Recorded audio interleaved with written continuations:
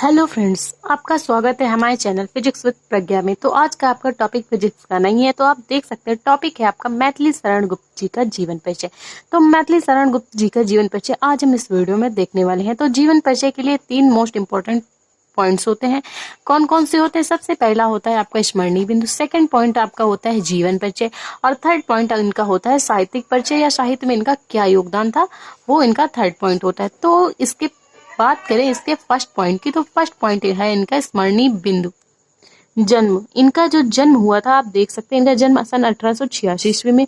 और बात करें इनकी मृत्यु की, तो इनकी मृत्यु सन 1964 ईस्वी में हुई। जन्म स्थान इनका है चिरगांव झांसी, और पिता का नाम इनके है रामचरण। इनके पिताजी का क्या नाम है? रामचरण।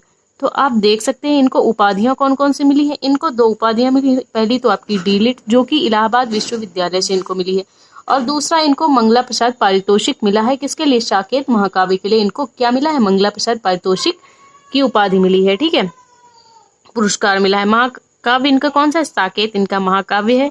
और भाषा की बात करें तो इन्होंने जो अपनी रचनाएं की हैं वो खड़ी बोली में अपनी रचनाएं की हुई हैं।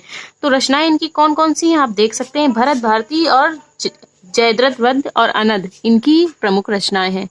तो ये बात हुई इनके स्मरणीय बिंदुओं के बारे में, आप देख सकते हैं। तो अब बात करें इनके जीवन परिचय के बारे में कि इनके जीवन में कौन कौन सी प्रमुख घटनाएं हुई और इनका जो जन्म है वो कहाँ हुआ, और क्या कैसे इन्होंने अपनी आगे की पढ़ाई की और क्या क्या किया है अपने साहित्य में और अपने जीवन काल में, वो हम इनके जीवन परिचय में देखने वाले हैं। तो बात करें इनके जीवन परिचय के बारे में, आप देख सकते हैं मैथिली शरण गुप्त जी का जो जन्म हुआ था वो कहाँ हुआ था? सन 1886 ईस्वी में। इसको देख सकते हैं आप कि हमने इसको हाईलाइट किया हुआ है, ब्लैक पेन से हाईलाइट किया हुआ है। तो क्या होता है, एग्जामिनर की नजर सीधे हाईलाइट पॉइंट पे जाती है। तो आपको भी क्या करना है कि ऐसे ही ब्लैक पेन से हाईलाइट करके लिखना है। ठीक है, तो मैथिली शरण गुप्त जी का जन्म जो हुआ था 1886 ईस्वी में चिरगांव झांसी में हुआ था। कहाँ हुआ था? चिरगांव झांसी में।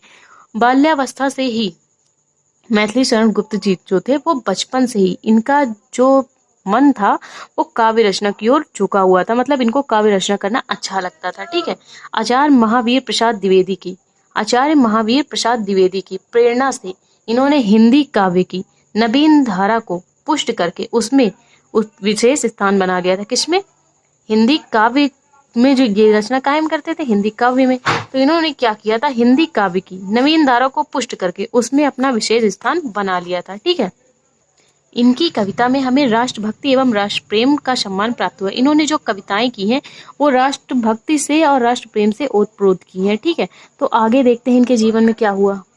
तो आगे बात करें इनकी जीवन परिचय के बारे में। महात्मा गांधी से प्रभावित होकर आप स्वाधीनता आंदोलन में कूद पड़े, क्योंकि आप जानते हैं कि जब इनका जन्म 1886 में और हमारी स्वाधीनता 1947 ईस्वी में, तो क्या हुआ था, इन जो स्वाधीनता संग्राम था इनके आगे ही हुआ था। तो क्या हुआ था, महात्मा गांधी जो आंदोलन चला रहे थे, नमक का आंदोलन और भी जो आंदोलन चला रहे थे, उससे प्रभावित होकर आप स्वाधीनता आंदोलन में कूद पड़े। ये भी आंदोलन में महात्मा गांधी के साथ हो लिए। ठीक है, जिसके कारण इन्हें कई बार जेल यात्राएं भी करनी पड़ी।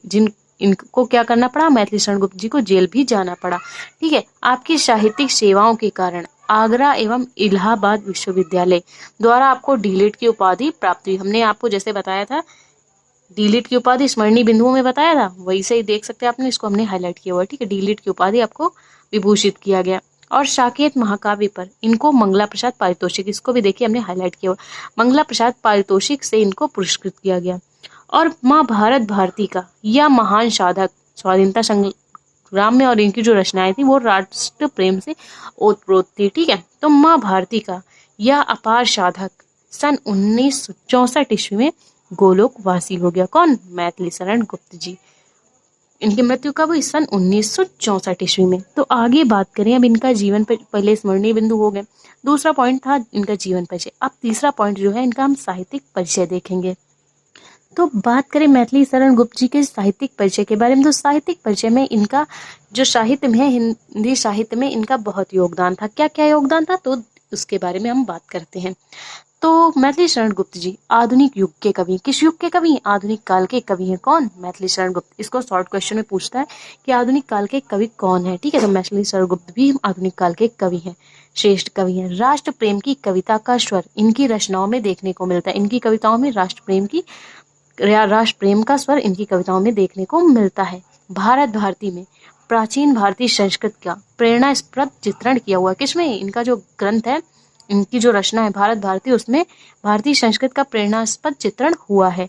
गुप्त जी खड़ी बोली को हिंदी कविता के क्षेत्र में समर्थ कवि हैं। इनकी जो भाषा थी वो कैसी थी? खड़ी बोली के रूप में, कवि के रूप में इनका विशेष महत्व। ये खड़ी बोली जो काव्य है उसके बहुत ही ज्यादा उत्तम कवि हैं, विशेष कवि हैं, ठीक है, समर्थ कवि हैं। ठीक, तो ये बात हुई इनके साहित्यिक योगदान के बारे में। तो देखा आपने इनका मैथिली शरण गुप्त जी का जीवन परिचय। तो अगर आपको वीडियो अच्छा लगा तो प्लीज़ वीडियो को लाइक और हमारे चैनल को सब्सक्राइब करें, ताकि हम इसी तरह के इंपॉर्टेंट पॉइंट्स आपके लिए लाते रहें। Thank you.